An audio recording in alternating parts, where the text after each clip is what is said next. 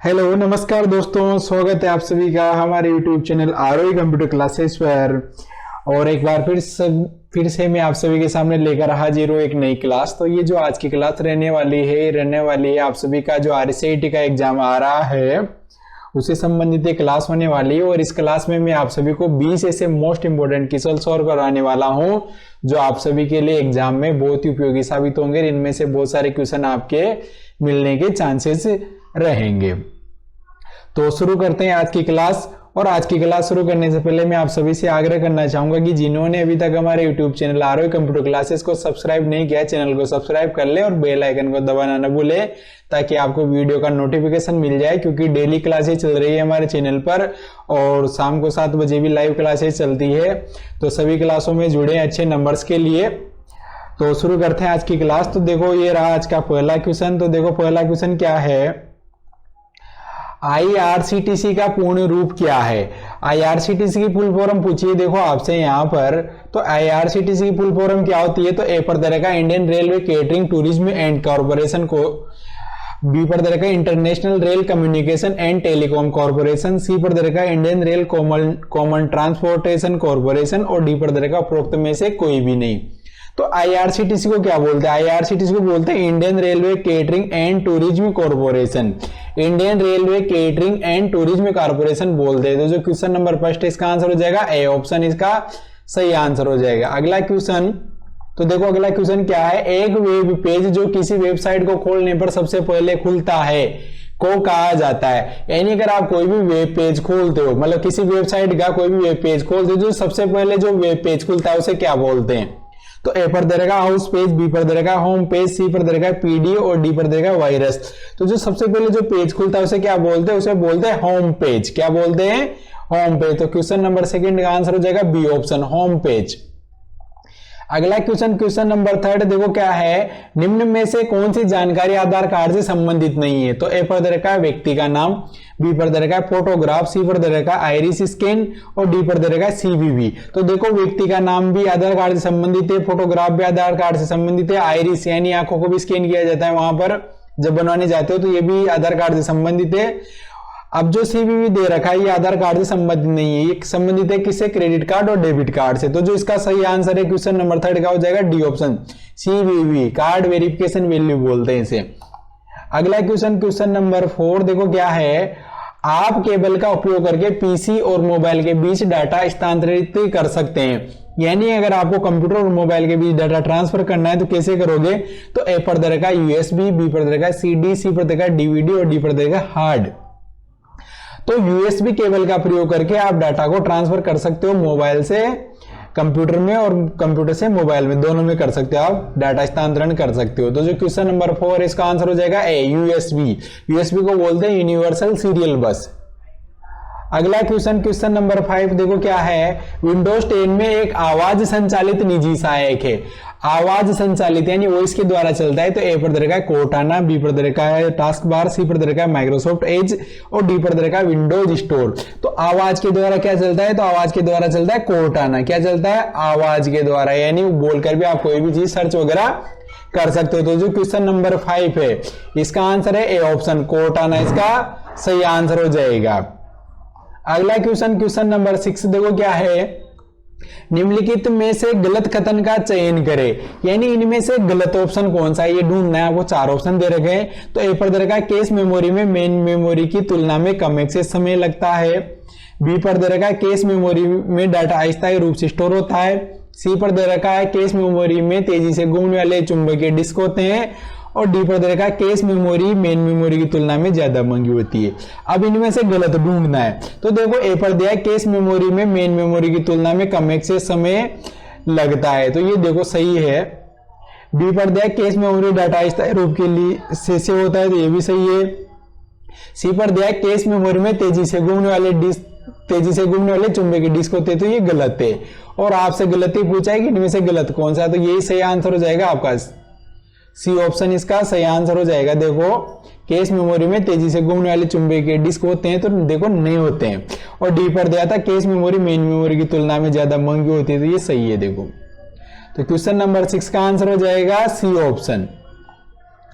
अगला question, question number 7 देखो क्या है, MS वर्ड 2010 में सम्मिलित हाइपर लिंक को कैसे खोले, यानी हाइपर लिंक कैसे खोलते हैं ये पूछा आपसे। तो ए पर दे रखा है केवल हाइपर लिंक पर क्लिक करें, बी पर दे रखा है एल्ट कुंजी को दबाएं और फिर हाइपर लिंक पर क्लिक करें, सी पर दे रखा है शिफ्ट कुंजी दबाएं फिर हाइपर लिंक पर क्लिक करें और डी पर दे रखा है कंट्रोल कुंजी दबाएं फिर हाइपर लिंक पर क्लिक करें। तो आपको करना क्या है, इनमें से कंट्रोल कुंजी को दबाएं और फिर हाइपर लिंक पर क्लिक करें, यानी आपको कंट्रोल का बटन दबा के रखना है और जहां पर हाइपर लिंक लगा रखा है वहां पर कर्सर को ले जाके क्लिक करना है आपको। तो इसका जो सही आंसर है वो डी ऑप्शन हो जाएगा। देखो डी ऑप्शन इसका सही आंसर है जो हो जाएगा क्वेश्चन नंबर 7 का।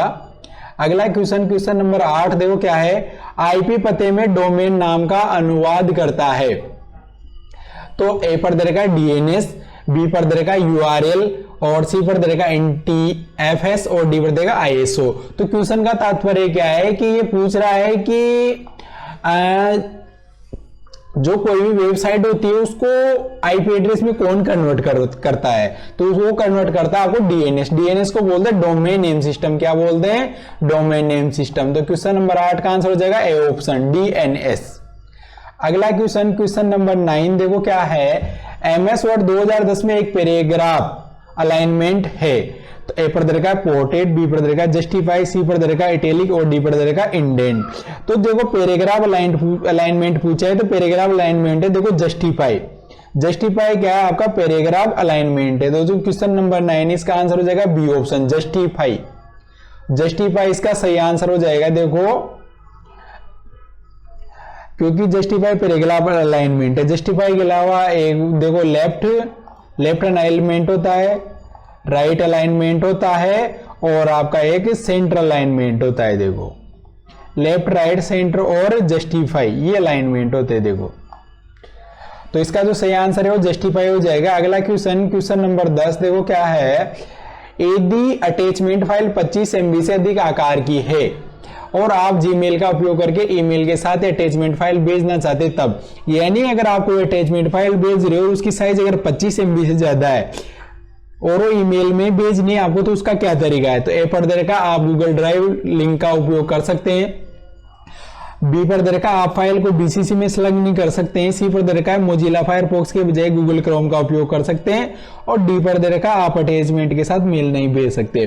तो देखो जो इसका सही तरीका है वो है आप गूगल ड्राइव का लिंक का उपयोग कर सकते हैं, यानी अगर आप 25 MB से ज्यादा कोई फाइल भेजोगे तो गूगल ड्राइव का लिंक बनकर जाएगी। तो जो क्वेश्चन नंबर 10 इसका आंसर हो जाएगा ए ऑप्शन। अगला क्वेश्चन नंबर 11 देखो क्या है, यदि कोई सिस्टम या मशीन दुर्भावनापूर्ण रूप से ट्रैफिक या सूचनाओं से भर जाती है जो इसे दुर्घटनाग्रस्त कर देता है या उपयोगकर्ता के लिए सिस्टम का उपयोग दुर्गम हो जाता है, तो ये कौन सा हमला है। यानी अगर आपका जो कंप्यूटर सिस्टम है उसके अंदर दुर्भावनापूर्ण से कोई ट्रैफिक या सूचनाओं से भर जाता है, दुर्घटनाग्रस्त हो जाता है, मतलब सिस्टम क्रैश हो जाता है और सिस्टम काम नहीं करता है, काम करना बंद कर देता है, तो ये कौन सा अटैक है। तो ए पर दे रखा है फिशिंग हमला, बी पर दे रखा है डिनाइल ऑफ सर्विस, सी पर दे रखा है ट्रोजन हॉर्स और डी पर दे रखा पासवर्ड हमला। तो ये होता है डिनाइल ऑफ सर्विस, जिसमें आपका कंप्यूटर वर्क करना बंद कर देता है। क्या बोलते हैं इसे, डिनाइल ऑफ सर्विस। तो ये बी ऑप्शन सही हो जाएगा, डिनाइल ऑफ सर्विस अटैक बोलते हैं इसे। अगला क्वेश्चन नंबर 12, गूगल मैप का उपयोग क्या है, मतलब गूगल मैप क्या काम आता है। तो ए पर दे रखा है स्थान का पता लगाने के लिए, बी पर दे रखा है मोबाइल के बीच फाइल साझा करने के लिए, सी पर दे रखा है मेल पढ़ने के लिए और डी पर दे रखा है मोबाइल एप्लीकेशन इंस्टॉल करने के लिए। तो गूगल मैप क्या काम आता है, तो गूगल मैप काम आता है स्थान का पता लगाने का, यानी कोई भी लोकेशन ढूंढनी है, कोई भी स्थान ढूंढना है अगर आपको, तो क्या काम में लोगे आप, गूगल मैप का। तो जो क्वेश्चन नंबर 12 है इसका आंसर हो जाएगा ए ऑप्शन गूगल मैप। इसका गूगल मैप का सही आंसर क्या होगा, ए ऑप्शन, स्थान का पता लगाने के लिए। अगला क्वेश्चन नंबर 13 देखो क्या है, बेहद इंपॉर्टेंट क्वेश्चन है। MS एक्सेल 2010 में यदि आप किसी विशेष सेल में एक फॉर्मूला लागू करते हैं और परिणाम हेज प्रदर्शित होता है, तो ए पर दे रखा आप गलत पढ़ना लगा रहे हैं, बी पर दे रखा आपका फॉर्मूला लॉजिक गलत है, सी पर दे रखा आप फॉर्मूला को फॉर्मूला बार में नहीं डाल सकते और डी पर दे रखा है फॉर्मूला का परिणाम सेल में प्रदर्शित करने के लिए बहुत बड़ा है। तो जो इसका सही आंसर होगा डी ऑप्शन, फॉर्मूला का परिणाम सेल में प्रदर्शित करने के लिए बहुत बड़ा है। इसका मतलब देखो क्या है कि अगर आपने किसी सेल में फॉर्मूला लगाया और वहां पर परिणाम क्या आ गया, हेज हेज लिखा आ गया, तो इसका मतलब क्या है कि जो रिजल्ट आया है वो बड़ा है और आपकी सेल छोटी है, तो वो छोटी सेल है तो फिर वहां पर क्या आ जाएगा, वहां पर हेज हेज आ जाएगा, वहां पर क्या आएगा, हेज हेज आ जाएगा। अगला क्वेश्चन, क्वेश्चन नंबर 14 देखो क्या है, निम्नलिखित में से कौन MWC पोर्टल का उदाहरण है। निम्नलिखित में से कौन MWC पोर्टल का उदाहरण है, तो ए पर दे रखा है यूडेसिटी, बी पर दे रखा है बीम, सी पर दे रखा है ट्विटर और डी पर दे रखा है MS वर्ड। तो MWC पोर्टल का उदाहरण है, तो MWC पोर्टल का उदाहरण है देखो यूडेसिटी। क्या है, यूडेसिटी। क्वेश्चन नंबर 14 का आंसर हो जाएगा ए ऑप्शन, यूडेसिटी। देखो MWC पोर्टल का उदाहरण है, जबकि बीम भी नहीं है, ट्विटर भी नहीं है, MS वर्ड भी नहीं है। क्या है, यूडेसिटी। अगला क्वेश्चन, क्वेश्चन नंबर 15 देखो क्या है, एक छात्र का उपयोग करके विश्वविद्यालय को अपनी ऑनलाइन शुल्क जमा कर सकता है, यानी जो स्टूडेंट है वो किसका उपयोग करके अपनी यूनिवर्सिटी की फीस ऑनलाइन जमा करवा सकता है, तो ए पर दे रखा है आधार कार्ड, बी पर दे रखा है बामासा कार्ड, सी पर दे रखा है ई-मित्र और डी पर दे रखा है राशन कार्ड। तो इसका जो सही आंसर है वो हो जाएगा सी ऑप्शन, ई-मित्र का प्रयोग करके वो अपनी ऑनलाइन फीस जमा करवा सकता है। अगला क्वेश्चन, क्वेश्चन नंबर 16 देखो क्या है, प्रेजेंटेशन का एक संग्रह है, यानी प्रेजेंटेशन किसका एक संग्रह है, तो ए पर दे रखा है चार्ट, बी पर दे रखा है वर्कबुक, सी पर दे रखा है वर्कशीट और डी पर दे रखा है स्लाइड। तो प्रेजेंटेशन किससे मिलकर बनता है, प्रेजेंटेशन बनता है स्लाइड से मिलकर। किससे मिलकर बनता है, स्लाइड से मिलकर बनता है। तो इसका जो सही आंसर है होगा डी ऑप्शन, स्लाइड। अगला क्वेश्चन, क्वेश्चन नंबर देखो 17 क्या है, निम्नलिखित में से कौन सॉफ्टवेयर नहीं है, कौन सा सॉफ्टवेयर नहीं है इनमें से, तो ए पर दे रखा ऑपरेटिंग सिस्टम, बी पर दे रखा कीबोर्ड, सी पर दे रखा लिनक्स और डी पर दे रखा इंटरनेट एक्सप्लोरर। तो देखो ऑपरेटिंग सिस्टम भी सॉफ्टवेयर है, लिनक्स भी सॉफ्टवेयर है और इंटरनेट एक्सप्लोरर भी सॉफ्टवेयर। क्या है, कीबोर्ड। कीबोर्ड सॉफ्टवेयर नहीं है, कीबोर्ड क्या है, हार्डवेयर है। देखो कीबोर्ड, कीबोर्ड क्या है आपका, हार्डवेयर है। तो जो इसका सही आंसर है वो बी ऑप्शन हो जाएगा, देखो कीबोर्ड। अगला क्वेश्चन, क्वेश्चन नंबर 18 देखो क्या है, एंड्रॉइड डिवाइस में स्क्रीन लॉक विकल्पों में से एक है, यानी एंड्रॉइड डिवाइस के अंदर कौन सा स्क्रीन लॉक विकल्प है, तो ए पर दे रखा है ब्राउजर, बी पर दे रखा है ईसी ब्राउजर, सी पर दे रखा है हॉटस्पॉट और डी पर दे रखा है स्वाइप। तो इसका जो सही आंसर है वो होगा डी, स्वाइप। स्वाइप में जिसमें आप डिस्प्ले को ऊपर करके लॉक खोल सकते हो, वो स्वाइप एंड्रॉइड लॉक का प्रकार है आपका। तो क्वेश्चन नंबर 18 का आंसर हो जाएगा डी, स्वाइप। अगला क्वेश्चन, क्वेश्चन नंबर 19 देखो क्या पूछा है कि निम्नलिखित में से पीओएस और यूपीआई का सही पूर्ण रूप, यानी पीओएस और यूपीआई की फुल फॉर्म पूछी है। तो देखो जो 4 ऑप्शन दे रखे हैं आपको, तो पीओएस को तो बोलते हैं पॉइंट ऑफ सेल और यूपीआई को बोलते हैं यूनिफाइड पेमेंट इंटरफेस। तो जो इसमें सही ऑप्शन होगा सी ऑप्शन। देखो पीओएस को तो पॉइंट ऑफ सेल बोलेंगे और यूपीआई को बोलेंगे यूनिफाइड पेमेंट इंटरफेस। तो इसका जो सही आंसर है वो देखो सी ऑप्शन हो जाएगा, पॉइंट ऑफ सेल और यूनिफाइड पेमेंट इंटरफेस इसका सही आंसर हो जाएगा। अगला एंड लास्ट क्वेश्चन देखो बेहद इजी क्वेश्चन है, क्या है, MS वर्ड 2010 में फॉर्मेट पेंटर की शॉर्टकट कुंजी क्या है, यानी फॉर्मेट पेंटर का शॉर्टकट पूछा है। तो ए पर दे रखा है देखो control plus alt plus C, B पर दे रखा है control plus shift plus C और सी पर दे रखा है control plus alt plus V और डी पर दे रखा है control plus shift plus V.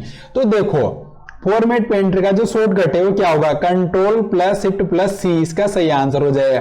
तो क्वेश्चन नंबर 20 का जो सही आंसर होगा B option, control plus shift plus C. तो ये देखो मैंने आज आपको 20 ऐसे इंपॉर्टेंट क्वेश्चन सोल्व कराए हैं जो आपका आने वाला एग्जाम है उसके लिए बेहद इंपॉर्टेंट है। तो अगर आपको अपने RSIT एग्जाम की अच्छे से तैयारी करनी है, अच्छे से पास होना है, तो उसके लिए हमारे YouTube channel RO computer classes पर बने रहे हैं और हमारी जो शाम को लाइव क्लासेस चल रही है उनमें भी ज्वाइन जरूर हुए हैं। Thank you.